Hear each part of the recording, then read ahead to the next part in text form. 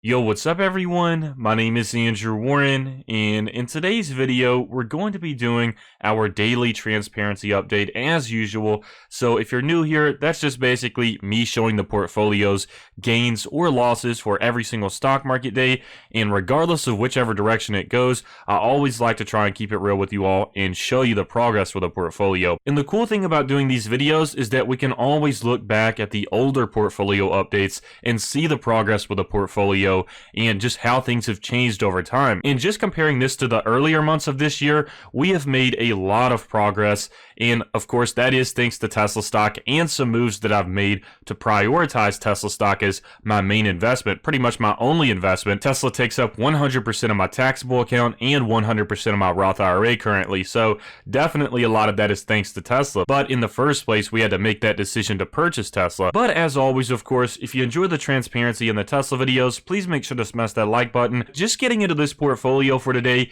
as you can see, we are currently at a value of $232,403.55. And in the normal market hours today, we had a plus 3.37% gain.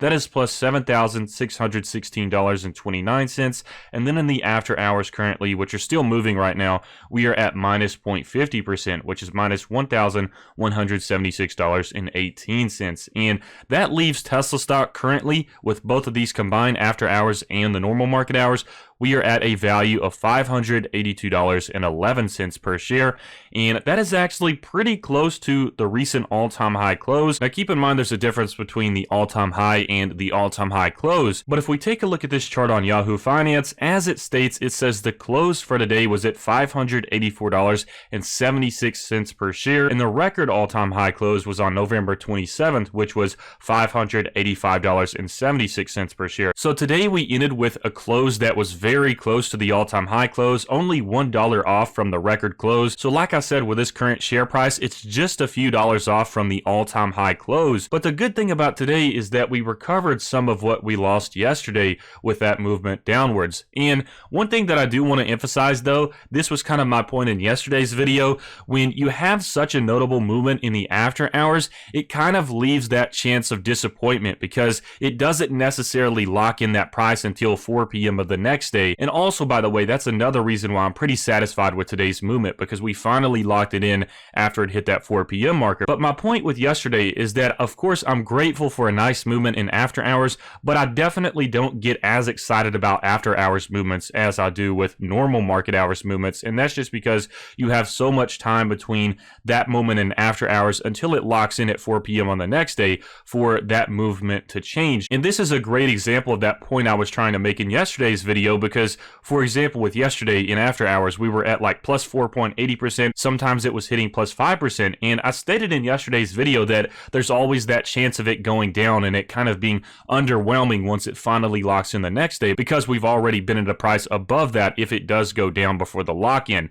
And this is an example of that right here, where it's much lower than that 4.80% gain we were seeing in after hours yesterday. And I think some of the reason for this drop in the movement compared to yesterday's plus 4.80% plus 5% movement, I think mainly the reason for that is because it just simply gives people a lot more time to settle down and consider this, instead of just completely getting caught up in the hype and just simply buying Tesla stock because they don't want to miss out. And one could say that's a good thing because it doesn't get as many, let's say, volatile traders or people that aren't in it for the long term. That wider time frame between after hours of the day before and that 4 p.m. close on the next day, that does give some investors or traders time to settle down a little bit and calm down and not go too crazy over Tesla stock. And of course, that gives people the chance to sleep on that idea as well. So there's definitely a calm down factor when you have a movement in the after hours, and that movement needs to continue or go higher than that for it to lock in the next day at 4 p.m. And like I said, I think that's one of the major factors as to why we didn't see as huge of a movement with this close today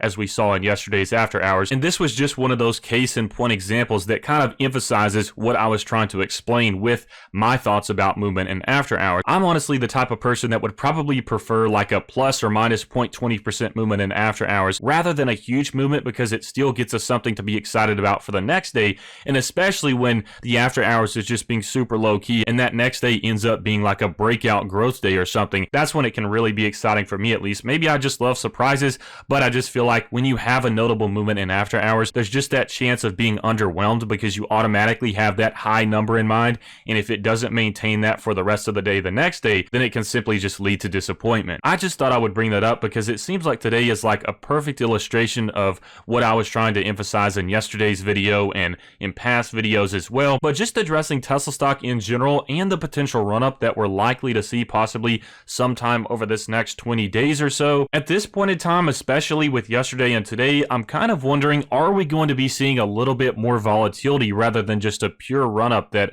some people are expecting? And obviously with a run-up, some breaks here and there between that run-up are expected, but there's a lot of people right now speculating that we could see a pretty notable growth in share price with Tesla stock between now and December 21st, which is S&P 500 inclusion. However, keep in mind though, there's also the potential factor with a lot of short-term traders just playing around with Tesla stock and trying to outsmart everyone psychologically and thinking about what other traders are going to be doing. And then there's also going to be some traders out there that are just buying a lot of Tesla stock right now and likely selling off when S&P 500 inclusion happens, because we know that they're going to be buying Tesla stock regardless of whether it's at $1,000. I mean, think about that. If Tesla stock somehow went up to $1,500, not saying it's going to, but I'm just saying it for the sake of an example. If it went up to $1,500 per share, they're going to have to buy it anyways. That's just crazy to think about, that wherever this stock price goes in the meantime, they are going to have to make the purchase regardless. But in general, that kind of goes along with the dollar cost average strategy, so it's nothing too far out for me. That's something that I do personally as well. Most times I will be buying Tesla stock wherever it's at as long as I have the cash. That's just my strategy, and so far it has worked out well for me, so I don't think it's a bad strategy. But I just want to emphasize that in the sense that everyone knows this before this date. They know this beforehand. In some of their minds, if they buy now, they're thinking that they could possibly flip Tesla stock for some gains when S&P 500 has to make this purchase. Now keep in mind, we have a lot of people thinking this way, but then again, there's going to be some other people out there that are thinking about these other people that are thinking in this way. And then that's where you get into that just total psychological game of them trying to outsmart each other, because you have one person thinking about this certain group of traders, and then the list goes on and on and on with even other traders in the market trying to outsmart those traders that are trying to outsmart other traders. So you get what I'm saying. It can get confusing when you think about everybody just trying to outsmart everybody, and that's where we could see some volatility, and that's why there's also just so much uncertainty about what could happen with this run-up between now and December 21st, and even after December 21st as well. After this inclusion is what I'm really interested to see the outcome in, just because of the fact that commonly with a lot of these major dates and major events in the past with Tesla,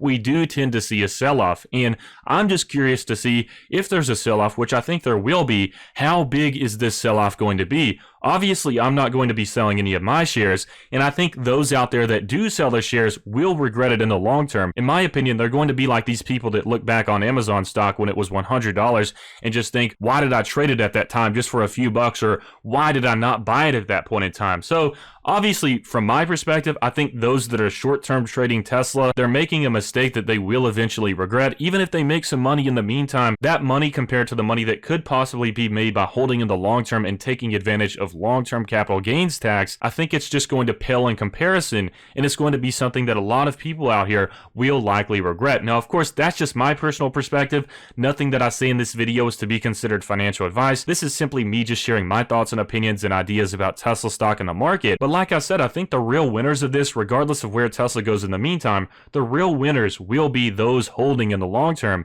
And although it seems like the S&P 500, they're at a disadvantage because they have to buy it at whatever share price it's going to be at, in general, I think they will win more in the long term than those traders that are simply just looking for some short-term gains out of Tesla. We've seen over its history, trying to trade short-term on Tesla, Yes, you might make a little bit of money here and there, but from that long-term perspective, even just judging from the time frame over this past year, long-term investors have won much more than those investors that have made a few bucks here and there on trades. And then, like I said, there's always that advantage of long-term capital gains tax, which is something you don't get when you're trading and you're not holding an investment for over a year. So of course, everyone's guess is good as mine in terms of this run-up. I don't know if it could trade sideways or if we could see it go up more. I feel like there could be a pretty decent run-up between now and this date on December 21st. Obviously, this could trade sideways and have a lot of volatility until this mandatory purchase, just because of everyone trying to outsmart everyone. But in general, if we think about this, those people who already own Tesla stock, it seems like if you're a long-term investor,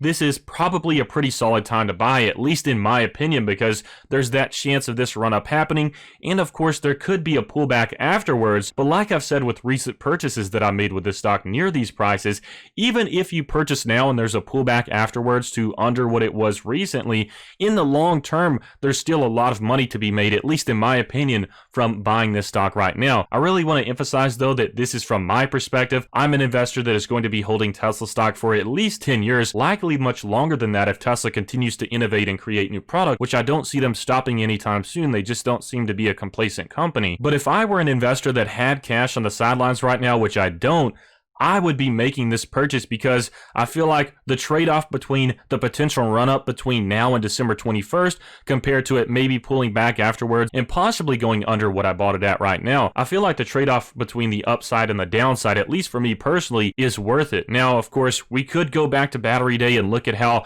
a lot of that progress was lost with the run-up. However, now it has been regained, and that's just another one of those examples where the long-term investor wins commonly when it comes to Tesla stock. But anyways, let's just take a look at the different time frames for the portfolio. So for the past week, we are currently up 5.61%. That is plus $12,320.86. Then for the past month, we are currently up 44.24%. That is plus $71,192.06. For the past 3 months, we are currently up 35.05%. That is plus $60,243.16. For the past year, we are currently up 126.13%. That is plus $129,477.03. And then the same thing applies for the all-time chart as well. Keep in mind, tomorrow is my 1-year anniversary for Robinhood, so that will officially be 1 year that I've been investing with this account. A lot of progress has happened just over the time period of 1 year, and it's just exciting to know that I've officially been investing with this portfolio for almost a year now, and I'm excited for the years to come given how much progress that we've seen just in a year alone with this portfolio.